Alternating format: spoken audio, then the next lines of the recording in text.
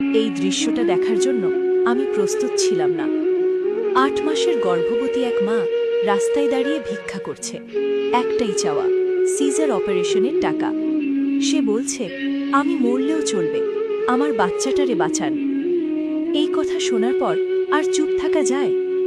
এই দেশটায় মা হওয়াও এখন টাকার উপর নির্ভরশীল।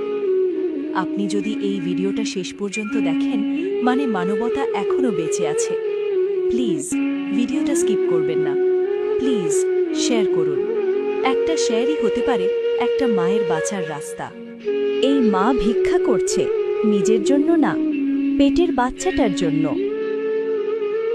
একটা শেয়াল, একটা মায়ের বাঁচার আশা। এই দৃশ্যটা দেখার জন্য আমি প্রস্তুত ছিলাম না। ৮ মাসের গর্ভবতী এক মা রাস্তায় দাঁড়িয়ে ভিক্ষা করছে। একটাই চাওয়া, সিজার অপারেশনের টাকা।